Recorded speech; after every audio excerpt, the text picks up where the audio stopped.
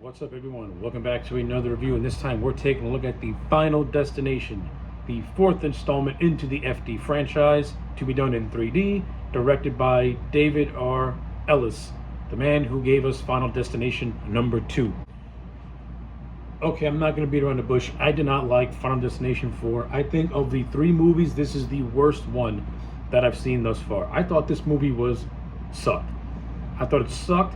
I thought it was boring. I thought the characters, except for one, were completely uninteresting. I thought the death scenes were more over the top than they were in the first 3 movies. See, the first 3 movies, the death scenes had some coolness to them. They had a cool factor to them. In this one, they just seem so hokey, and they just flat out stop trying. You literally got one idiot who gets sucked asshole first through a pool. He was sucked asshole first through a pool. This movie's terrible. I mean, you got a couple of decent scenes here and there, but overall, this movie was just... This is the definition of we stopped trying. Final Destination 3 legitimately should have been the final movie of this franchise, because by this movie, you can tell it ran out of gas, and it ran out of gas bad. So, every Final Destination movie prior to this always has that opening incident of a character having a premonition while doing a very just mundane thing that you do every day. Or at least that we've all done in our lives. The first movie, kid freaks out on a plane. We've all been on a plane. We've all had the fear of a plane crashing. Second movie, the freeway. Everyone's been on a freeway, whether you're a passenger or a driver. Being on a freeway can get very, very dangerous very quickly if you're not paying attention. Natural fear. Third movie, the roller coaster accident. Everyone, not everyone, but a lot of people have been on roller coasters. They get the thrill of a roller coaster, but you also have that fear of a mechanical issue happening and something that you don't want to happen happening. The opening incident for this movie takes place on a racetrack. A fucking racetrack. I understand racing can be popular, but come on, man. Now you're not even trying. How many people have actually been to a racetrack? Who's afraid of who's afraid of an act? I mean, I get it. Racetracks have a lot of horrible incidents, and some accidents happen all the time. But I don't know. It just felt out of place in a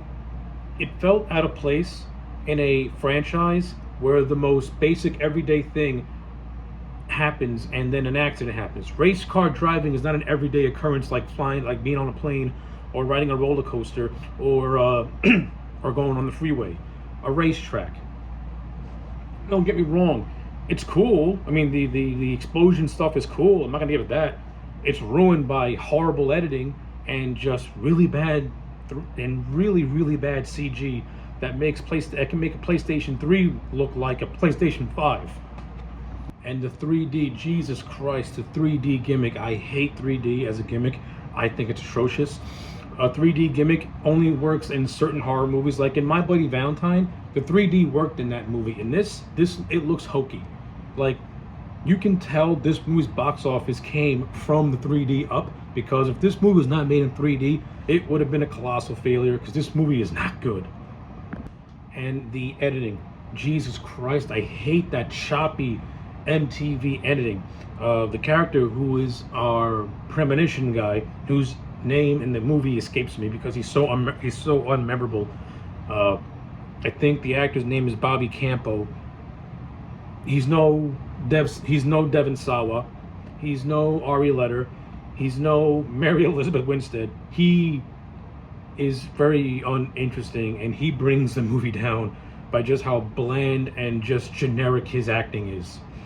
And the supporting cast who plays his girlfriends and friends, they ain't no better, because they're boring just as well. The only good character in this movie is played by Melekith Williamson, who plays a character by the name of George, who was actually working security detail at the racetrack after it goes kaboom. I like the character of George. I like Melekith Williamson in this movie. He's the only good part of this movie. He's got a good character. I like his backstory. I like how they gave his backstory a tragedy as somebody who lost his wife and daughter and has virtually lost the will to live. To the point where you get to the midway part of the movie when he thinks it's his time to go, he tries to kill himself because he's accepted his fate and he wants to join his family. Now they also do a fake out where it was not his time. It was actually some rando in a cowboy hat whose time was up. So I thought that kind of undercut George's character arc a little bit, mainly because after they do the fake out and he realizes and him and the group think that they finally beat death, that they cheated everything, and now they have a new lease on life. Yeah, the movie teases that for a second, and then this rando with a cowboy hat pops up. He dies unceremoniously, and then George gets hit by a bus.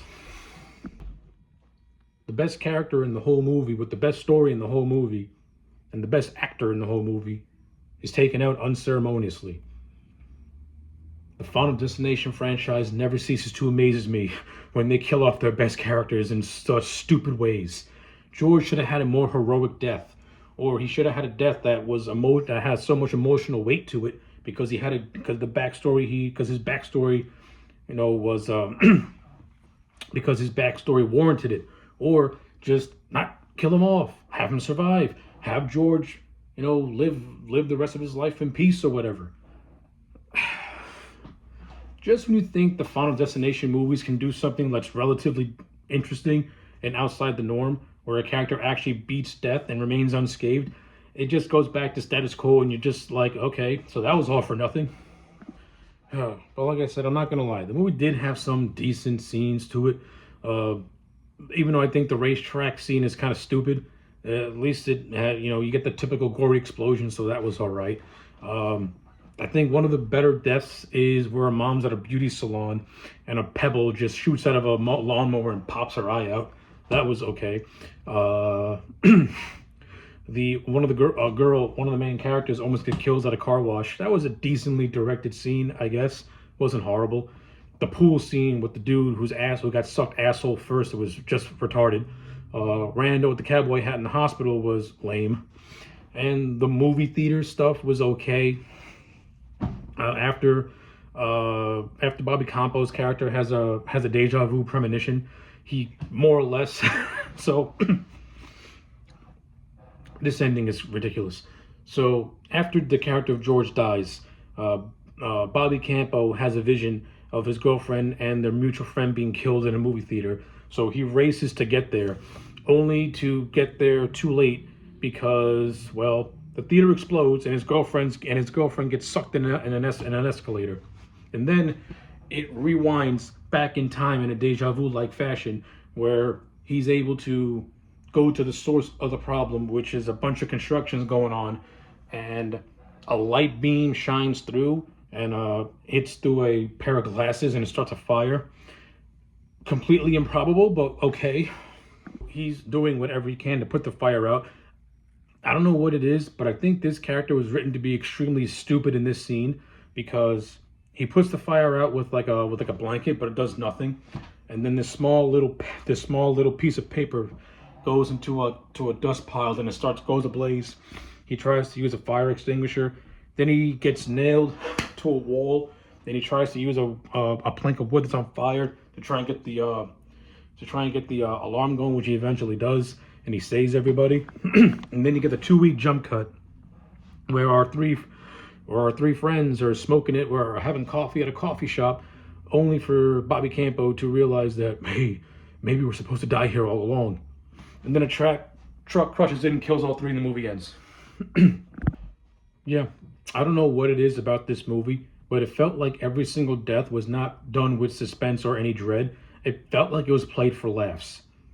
This movie felt like every single death scene was played for laughs. There was no suspense to them. There was no sense of dread to them. It was done by David R. Ellis, and I didn't really care for his directing of Final Destination 2, but at least that movie was competent. In this one, that competency left the door. The acting is subpar, except for Malekith Williams. The characters are dull, except for the character of George.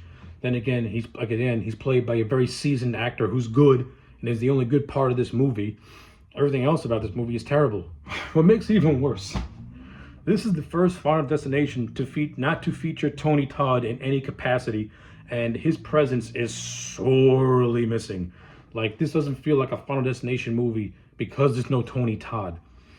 Again, this movie does not feel like a supernatural fright thriller. It feels like a this felt like a parody of Final Destination movies. That's how bad it was. So, in a franchise full of movies that I don't really care for, this is by far bottom of the barrel. This is scrap heap garbage. 2 out of 10 for the Final Destination. I think this movie sucks. I understand James Wan was supposed to do this movie. Maybe if he would have came back, it would have had some semblance of good in it, but he chose to have scheduling conflicts, and judging by how this movie turned out, he dodged the bullet with this one, because this movie would have tarnished his record. I guarantee you that. Oh, and another thing. This movie also forced in a lot of racial overtones, and it felt so out of place, to the point where you literally have a redneck character call Malekith Williams' character the you-know-what word, and then he tries to burn a cross on his lawn. Where did this fucking come from? Where did this bullshit come from? And then you have some old dude who's yelling at a Chinese guy, calling him a Korean, saying, "Oh, I killed your people." What are these? This was never in a Final Destination movie. This movie sucks. I hate it. 2 out of 10. 2 out of 10 for this piece of garbage. I can't talk about it no more.